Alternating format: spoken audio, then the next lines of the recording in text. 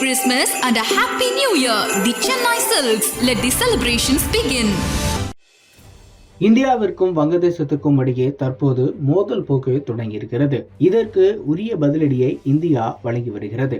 இந்நிலையில் தான் இன்று இந்திய எல்லையான கோழிக்கழுத்து பகுதியில் வங்கதேசம் திடீரென்று துருக்கி நாட்டில் தயாரிக்கப்பட்ட உளவு ட்ரோன்களை குவித்து வருவது பதற்றத்தை ஏற்படுத்தியுள்ளது.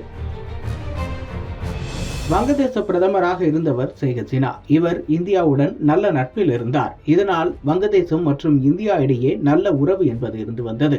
ஆனால் அந்த நாட்டில் இடஒதுக்கீட்டுக்கு எதிராக நடந்த வன்முறையில் ஷேக் ஹசீனா தனது பதவியை ராஜினாமா செய்துவிட்டு இந்தியாவில் தஞ்சமடைந்தார். அதன் பிறகு இடைக்கால அரசு அமைக்கப்பட்டுள்ளது. இந்த இடைக்கால அரசின் தலைவராக நோபல் பரிசு பெற்ற பேராசிரியர் முகமது யூனுஸ் இருக்கிறார். இவர் பதவியேற்றதிலிருந்தே நம் நாட்டிற்கும் வங்கதேசத்துக்கும் இடையேயான உறவு என்பது பாதிக்கப்பட்டுள்ளது. வங்கதேசத்தில் சிறுபான்மையினர் மீதான தாக்குதல் உள்ளிட்டவற்றால் இரு நாடுகள் இடையேயான உறவில் விரிசல் ஏற்பட்டுள்ளது.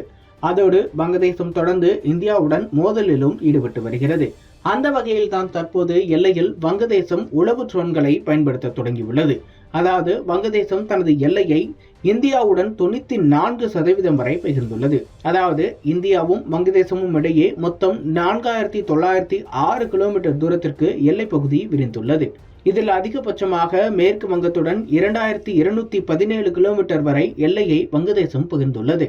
இது தவிர வடகிழக்கு மாநிலங்களுடன் வங்கதேசத்தின் எல்லையும் இருக்கிறது. அதாவது அசாம், திரிபுரா, மிசோரம், மேகாலயா உள்ளிட்ட மாநிலங்களுடன் வங்கதேசம் எல்லையை பகிர்ந்து கொள்கிறது.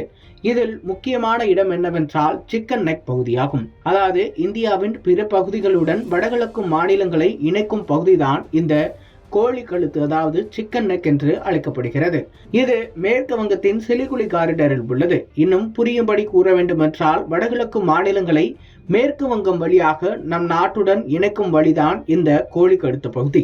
மேப்பில் இந்த இடத்தை பார்த்தால் கோழி கழுத்து போலவே இருக்கும். இதனால் இதற்கு கோழி கழுத்து பகுதி என்றும் பெயர் வைக்கப்பட்டுள்ளது. இந்த பகுதியில் தற்போது வங்கதேசத்தின் எல்லையும் இருக்கிறது. இந்த எல்லையில் தான் வங்கதேசம் உளவு ட்ரோன்களை பயன்படுத்த தொடங்கியுள்ளது. அதாவது துருக்கி நாட்டில் தயாரிக்கப்பட்ட பல்வேறு அதிநவீன வசதி கொண்ட பைரக்டார் TB2 வகை ட்ரோன்களை வைத்து வங்கதேசம் உளவு பார்க்க தொடங்கியுள்ளது. இந்த ட்ரோன் என்பது துருக்கி நாட்டின் பைகார் மகினா சனாயி டிகாரட் எனப்படும் நிறுவனத்திலிருந்து தயாரிக்கப்பட்டது. இது துருக்கி நாட்டின் பாதுகாப்பு துறையை சேர்ந்த நிறுவனமாகும். இந்த ட்ரோன் MALE வகை, அதாவது மீடியம் ஆல்டிடியூட் லாங் எண்டூரன்ஸ் வகையாகும்.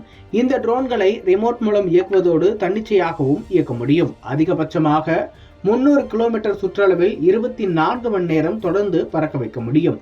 மேலும் இந்த ட்ரோன் என்பது அமெரிக்காவின் MQ-9 ரிப்பர் ட்ரோனை விட 8 மடங்கு வரை எடை குறைவானதாகும்.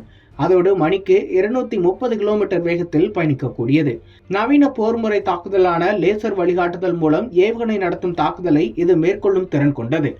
ஏற்கனவே இந்த ட்ரோன் வகையை வைத்து பாகிஸ்தான் இந்தியாவிற்கு சிக்கல் கொடுத்து வரும் நிலையில் தற்போது வங்கதேசமும் இதனை வைத்து சீண்டி பார்க்கிறது.